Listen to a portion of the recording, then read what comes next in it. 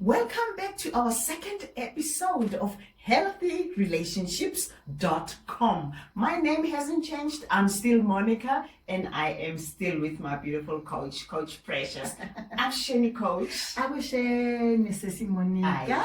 Minjani? Nifukile minjani? Nifukile. Yeah. And hello to our viewers. Abusheni, Sanbonani, and welcome to our episode today. We are thankful that you have joined us today. Thank you very much. Thank you, Coach Precious. Our viewers, welcome again. Now, today, on this episode, Coach Precious is going to talk mainly about causes of conflict in relationships. I think I'm going to sit and relax, and you're going to do mostly of the topic like you always do, and sip my glass of water. But mainly our viewers and us are really going to concentrate because we want to know what causes conflict in relationships. Yeah. Okay. And thank you for this opportunity. You know, sometimes we realize that in relationships, people live with conflict a lot. I mean, I see many clients who would come to me and say, all couples, fight all the time. All couples argue all the time. And I would look at them and I'm like, why are you generalizing? Exactly. And saying all? Because, the fact that in your relationships there's ongoing conflict does not mean in the next couple's relationships there's ongoing conflict. But yes, conflict is not always unhealthy. Sometimes it's healthy because we will not be able to agree with everything all the time, you see. True. So but I'm going to touch fundamentally on what really is the base of conflicts in relationships, and I'm going to look at it from a systemic point of view, and I will explain why I say systemic. I'm going to put my board on the side so that I can have, I would love to use the board today to say, okay, what are the causes of conflict in relationships, right? Viewers, take a pen and paper like I am doing. We're going to write down. We are in class today.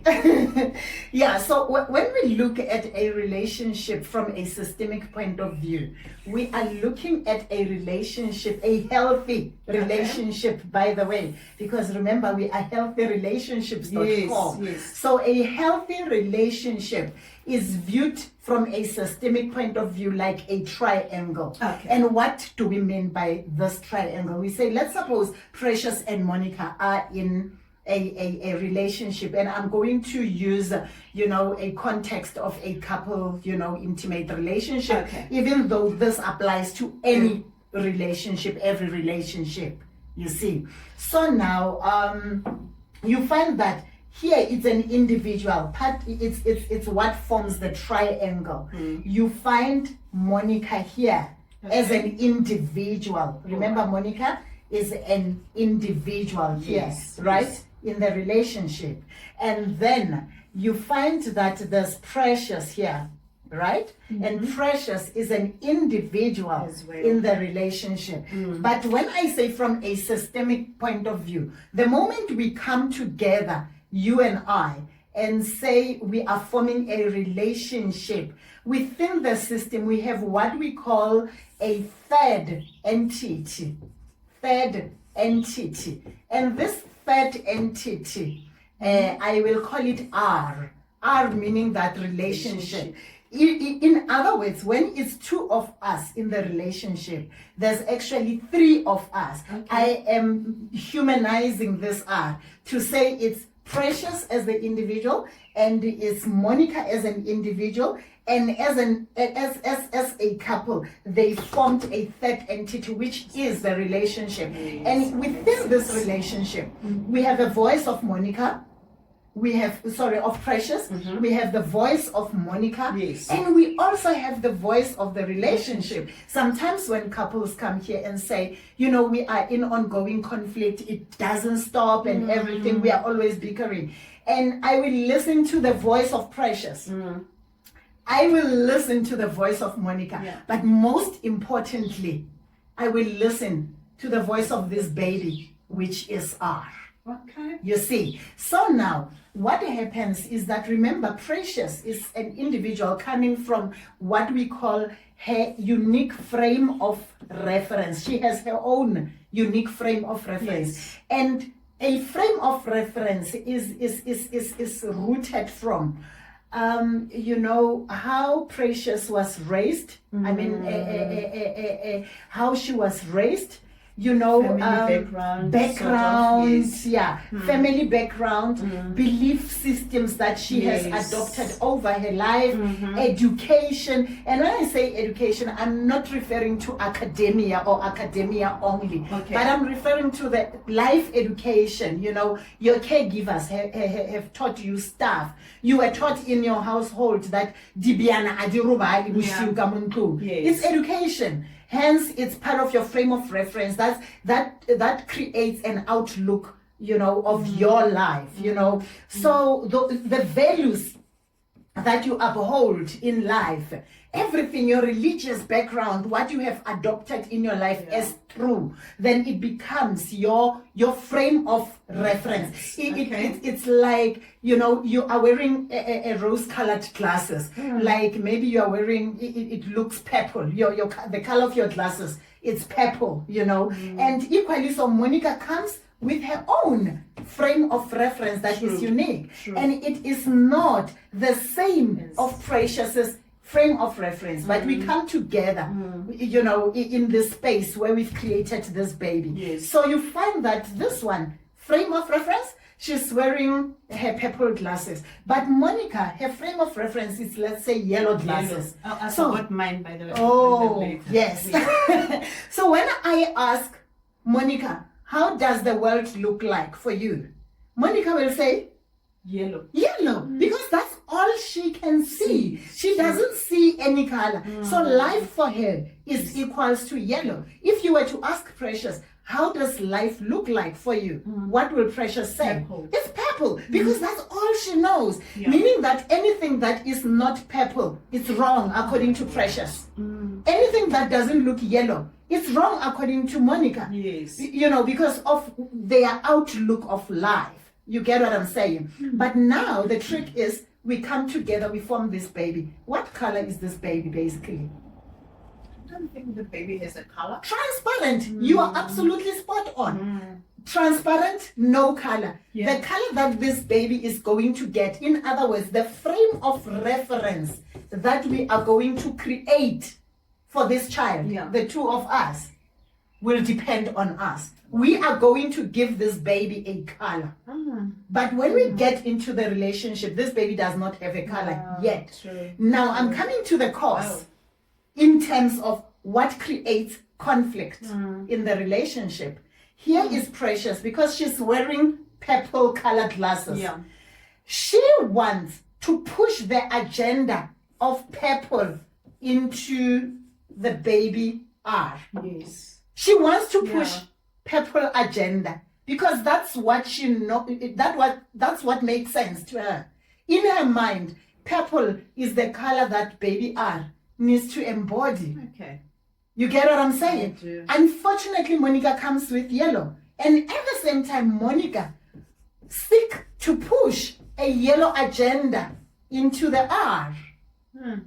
Then once that happens, when a purple agenda and a yellow agenda gets in here, what happens in here? It causes conflict. It causes conflict because because remember, your frame of reference, and I must really give this to individuals, it's something that you grew up with. Yeah. It's not something that you can say it doesn't matter, because it's life experiences. It's things that they have been working for you your whole life. So I cannot come into your life and say no, how you've been doing life has been wrong all the time. Exactly. I cannot be It's doing that. It's instilled in you. It forms part of who you are. Yeah. Now, when you get in here, you want to push the purple agenda here. You want to push the purple agenda. And this one wants to push a yellow agenda.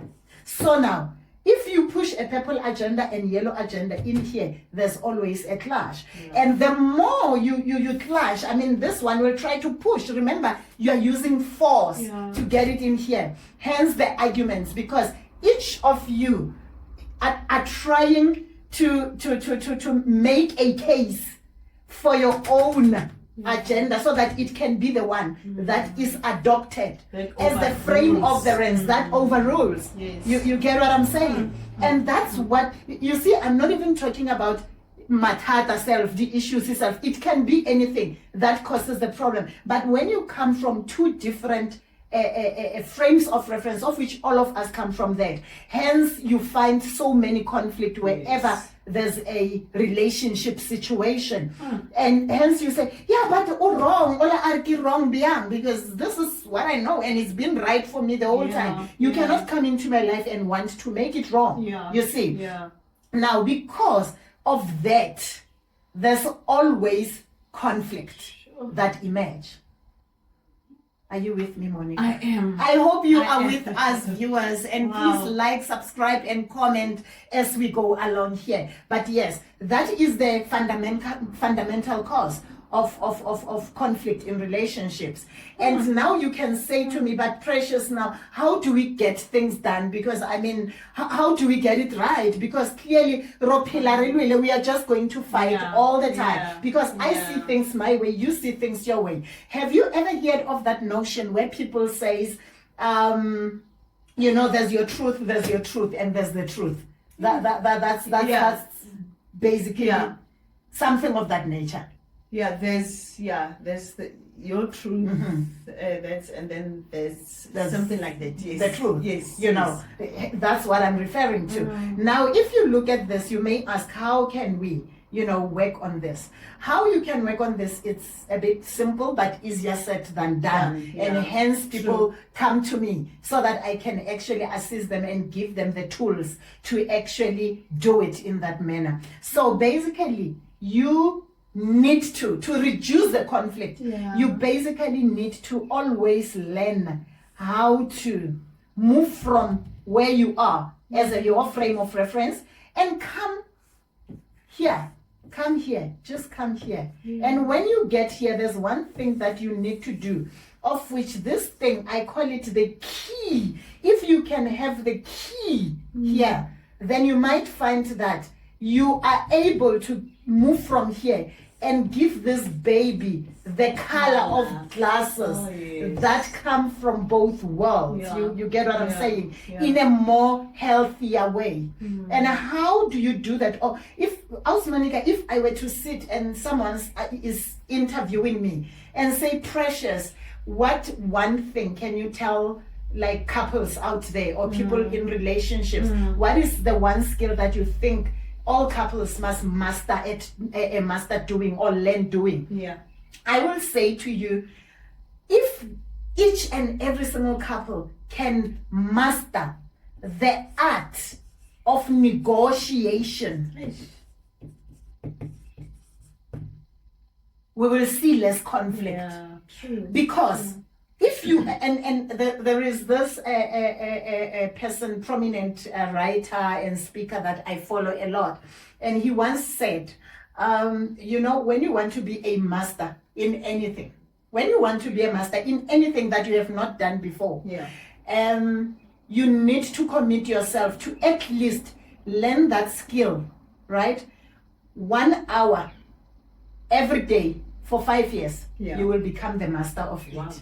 Only 1 hour of commitment every day for 5 years, you will become the master.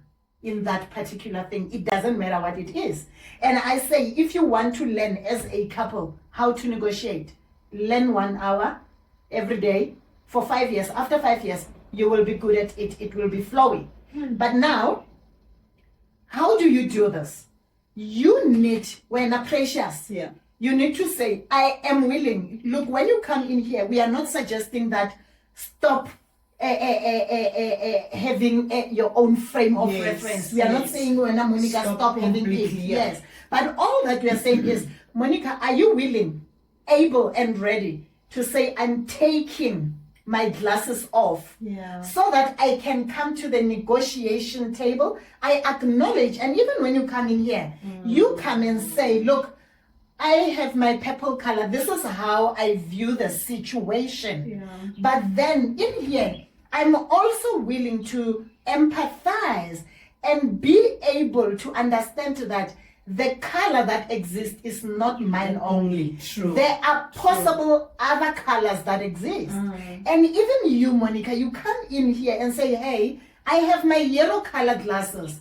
But when I come here, I also acknowledge that there are other possible colors that I don't know, I don't have, and I am willing to sit here and look at this color while I keep mine. So we take off the glasses and say, but hey, you know, we have a situation. And this situation tells me, based on my color, that we must solve it this way. And I could have easily pushed it this direction. But I'm bringing it here. I'm acknowledging what I believe, what my frame of reference is about it. And then I'm also acknowledging this side that, look, this is mine. So let's talk about it. What benefits does the purple have for us? What benefits does yellow have for us? And then do we want to adopt either yellow or purple? Then we adopt it together. Or we say, aye man, they can be pink somewhere. Can we take pink and adopt? We don't take purple, we don't take yellow. Or we take a bit of purple and a bit of yellow. Or we go and look for green altogether. Or we actually don't adopt at all. We leave it as transparent. Wow. So basically, this is, you know, the systemic model of explaining the cause of conflict in relationships. So conflict emerge when Precious is not willing to acknowledge that there can be another color outside of the color that she has. Therefore, all she wants to do is to push her own color into the R. And at the same time, Monica does not want to acknowledge that there could be a different color from the color that she has. Therefore, she wants to push her agenda. And normally it's dangerous to relationships because when you hold on to your own stance and say, this is, you know, you hear people by, this is who I am, this is how I see it, and this is how it is, you can tell me nothing. Oh, yes. They don't look like stubborn, but they don't want to let go of anything or acknowledge anything that they do not have. So one of the challenges that can actually emerge there is that now when Monica feels that I've been pushing for a long time but my color is not adopted in here, Monica, you know what, start dismantling the triangle. By the way, healthy is this, right? But now Monica will start doing this actually. She starts withdrawing. She starts saying, housemates, there's no longer intimacy. We don't talk because you feel that we can't talk with each other. When we start talking, we fight. So I don't want to talk. I just look at what he says. On the other side, maybe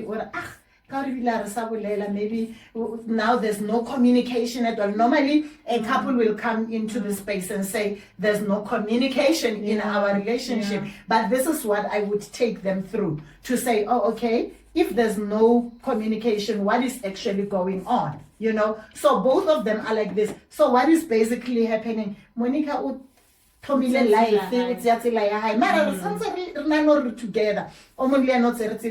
At the end of the day, someone here maybe akopana le malume malume mokete-kete, then ka bosure e bitsa eng? Cheating. Le ka ntlhela maybe ola a kopana le mang mokete-kete, ra e bitsa cheating. I'm not saying I promote cheating or not, but all that I can say is we can actually save our relationships by just learning about this and realize that the moment we start to go this direction, that's where everything changes. And yeah, remember when I mentioned in our previous episode that a healthy relationship is a relationship where both partners, you know, have the freedom to express the essence of who they are. They have a voice that contributes to the healing and growth and the transformation of their own relationship. So when you feel that you don't have a voice, maybe you try to overpower or maybe you sometimes our own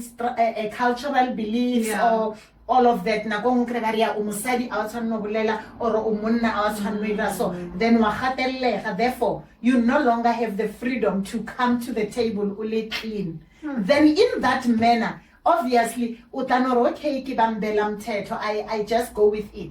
But what happens as a result? You start taking your own way. So you start lying, cheating, and how fetsa fela mo heba o ile kae ba itse o ile toropong kan a ba ya toropong o ile ko kae. You get what I'm saying? And then that's where challenges start in the relationship. So I hope babohedi ba rona, our viewers, I hope that this makes sense to you, and I hope that this is a powerful tool that you will take and use in your relationships, in your lives. But I know that I'm showing you this, but I would prefer that you come and I sit with the two of you, so that we actually don't do a generic example, but we use this based on your specific relationship, and we touch on your specific relationship issues. Wow. So this was well said.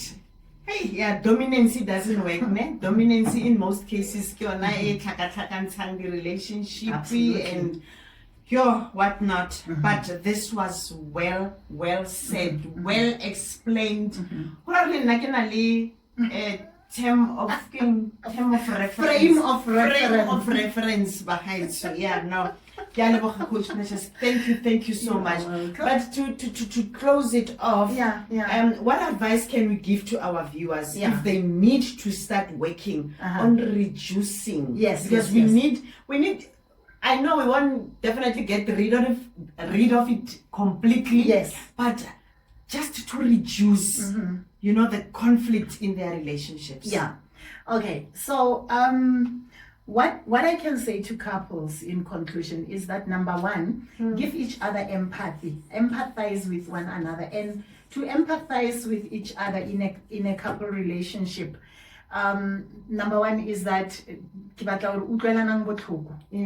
feel for each other, and then be willing, be able, and be ready. I love the couples that I work with. They know that you must go for war in your relationship. You know, when you go to war, it's like you are soldiers. It's a do or die. If you don't fight for it, it will die. This baby will suffocate and die.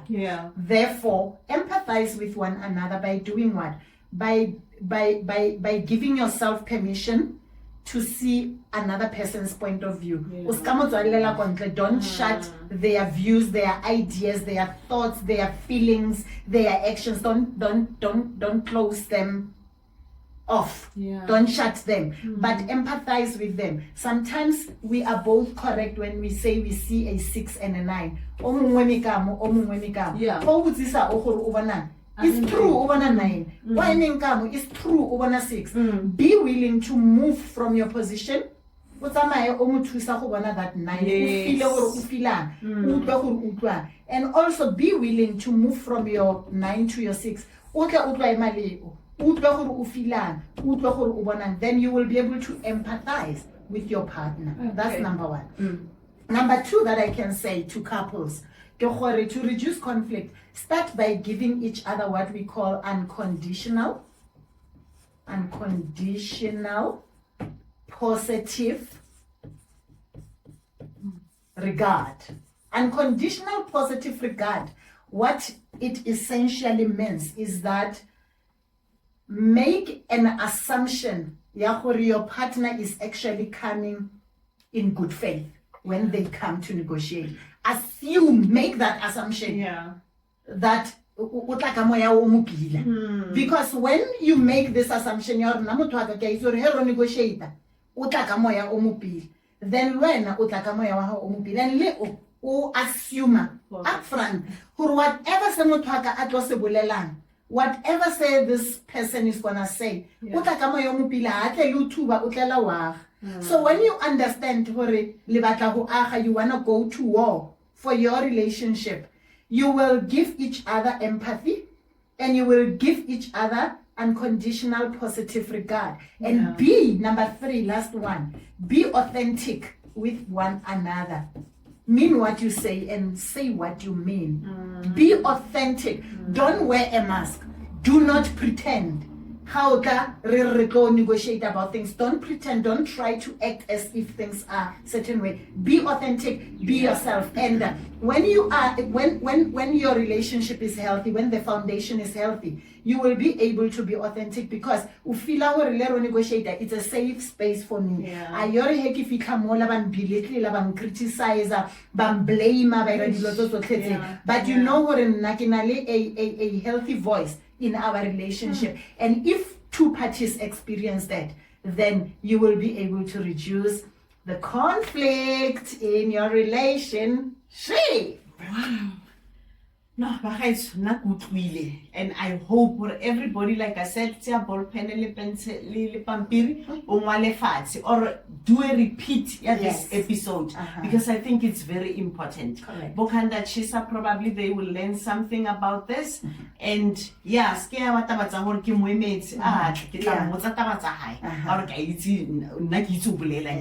so thank you very much, Coach Precious. I think that's all that we had for today. And I hope and I know that this was very, very worth it. So thank you very much, Coach Precious. And our viewers, again, don't forget to like, subscribe, and comment. And remind them to consult, to come for consultation. Yes, definitely. You still remember our number? 083-753-6062. I'm going to repeat it. 083-753-6062. And then coach at HealthyRealationshipz.com. Sorry. Coach at HealthyRealationshipz.com. Or info at HealthyRealationshipz.com. Yes. That's all that we had for you for today. We still love you. We love you. Bye. Thank you. Wow, this was really nice. Yeah, it's your